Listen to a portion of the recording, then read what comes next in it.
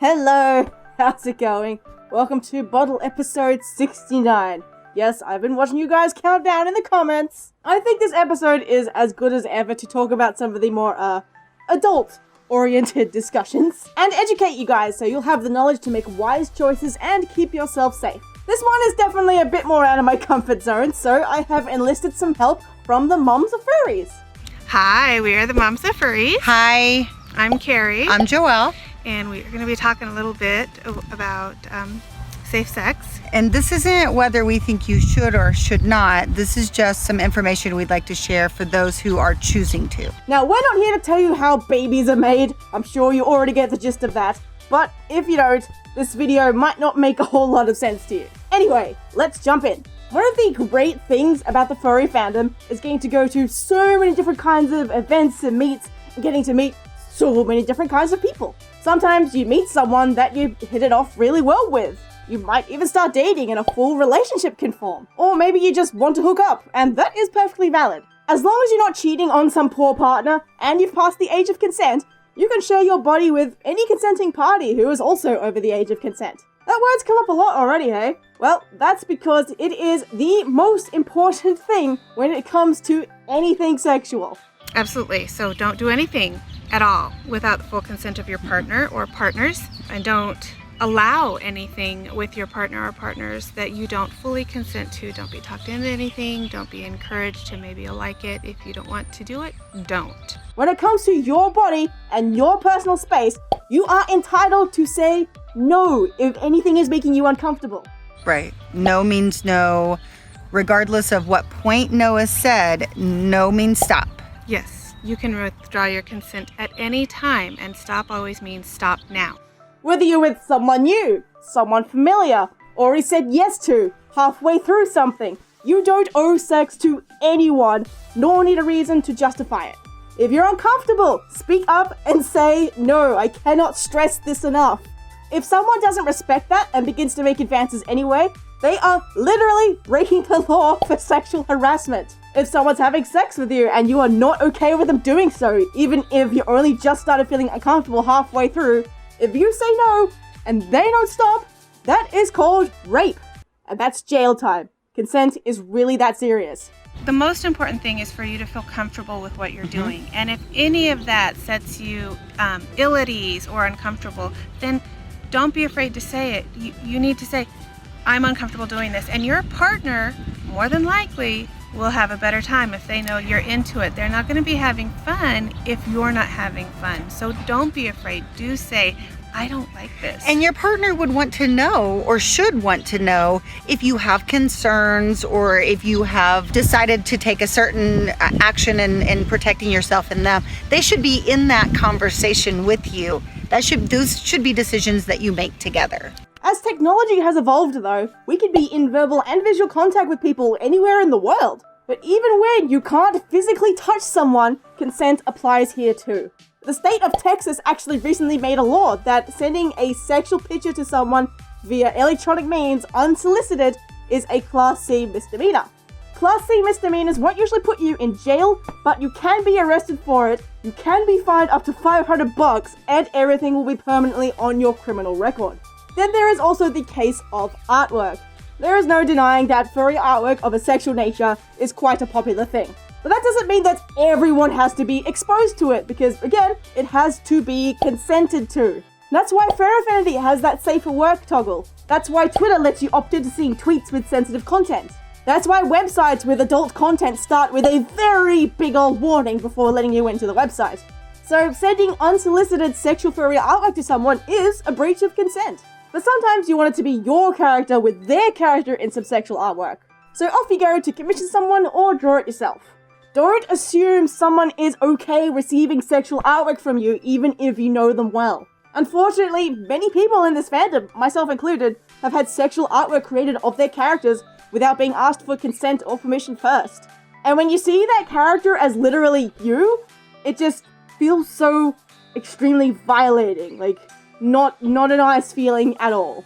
Unless they've publicly said they're okay with it, you need to ask for consent. Okay, now that we've drilled consent into your brain, let's move on.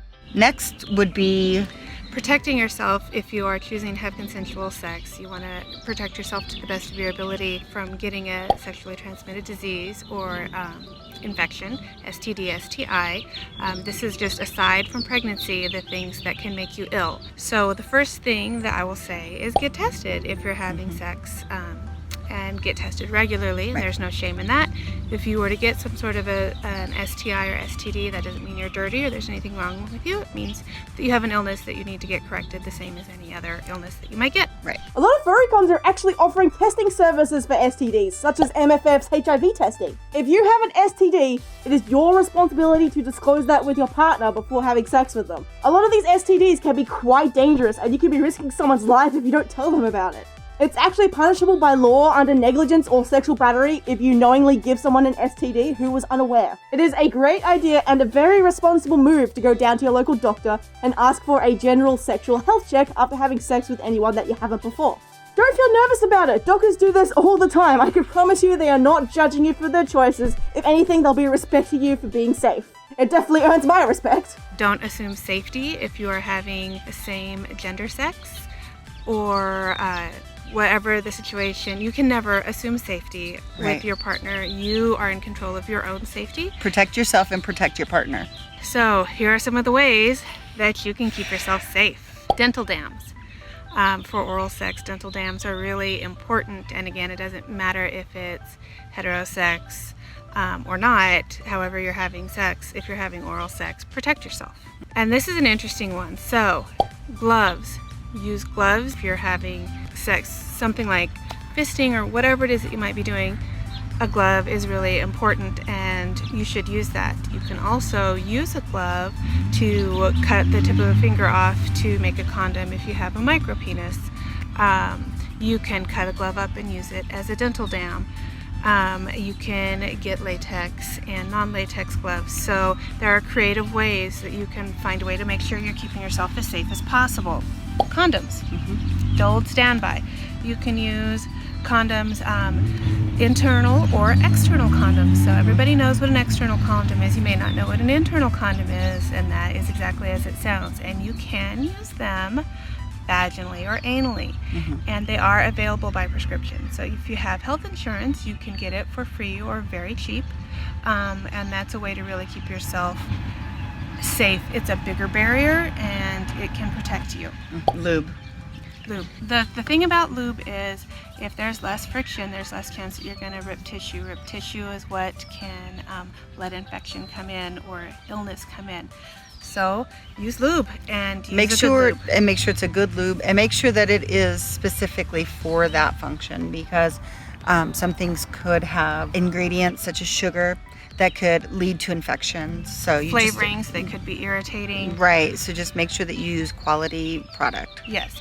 These don't just apply to your body either. Sex toys also need to be kept clean and protected. Ensure they're made out of a safe material and you're not allergic to it, and they must be thoroughly washed after each use. Otherwise, you risk contracting illnesses and STDs on anyone who comes into contact with it, yourself included. And then we are going to talk about emergency contraception. So there's a few different ways, and we are not doctors or medical people, but we are going to tell you that this is what is available and you can research it. To the best of our knowledge. To the best of our knowledge.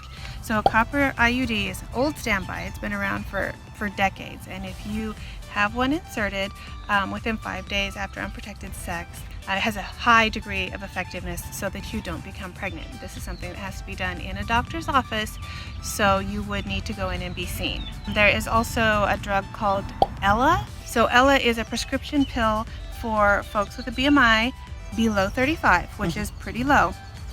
But it will also work up to 5 days after sex to stop the chance or reduce the risk of you becoming pregnant. Knowledge is absolutely the key to keeping yourself safe. All of this probably sounds quite overwhelming, so don't stress too much about trying to remember it all. Just take in what you can and you'll be better off than if you knew nothing.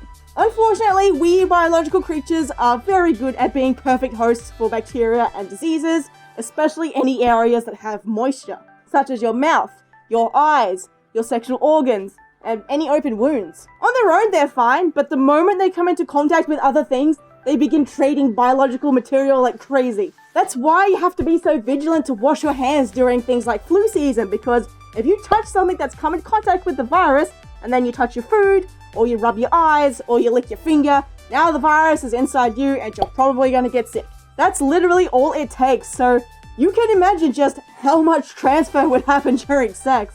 And the big thing, we've talked a lot about physical safe sex, but let's talk a little bit about emotional and mental health also, because it's very easy to confuse sexual activity with love or affection or romantic feelings. Sometimes they don't go hand in hand. So just make sure that you are in a good place mentally and emotionally before you make that decision to have a physical relationship, maybe with your partner. The one thing we want to say is these things could be embarrassing to talk to your parents about. We feel like that's a really important conversation to have with your child and to have that line of communication open. But talk to your doctor. Talk to someone who is knowledgeable. Do your research. If you are not comfortable talking about these topics, you may not be prepared or at the point that you are ready for sex. Not saying you should or shouldn't, just saying that you need to really reflect on that just in order to keep yourself safe. To sum it all up, have fun, be who you are, and make no apology, but be safe, make good choices, respect consent, and ask for and demand consent. Remember, consensual, legal, and safe, always. Always, and make safe choices when you are having fun. And guard your heart always. Always. Please be safe, be clean, be healthy, and have fun. Okay, I think that's all I've got to say on this topic. I hope you enjoyed this very different bottle episode. I really hope you managed to learn something and take something away from it. It really is an important topic, especially when it comes to consent. Feel free to leave me your 2 cents in the comments as well. I will definitely be going through those ones. A Patreon shout out to Hayu, who also has their own YouTube channel, and it is awesome, so definitely please check them out. Oh, I feel so special. You're a patron of mine. Thank you so much for your support. Thank you so much for helping to bring this video to these guys. But of course, thank you so much for watching. I would not be here without that. And I'll see you in the next video. Bye, guys. Bye!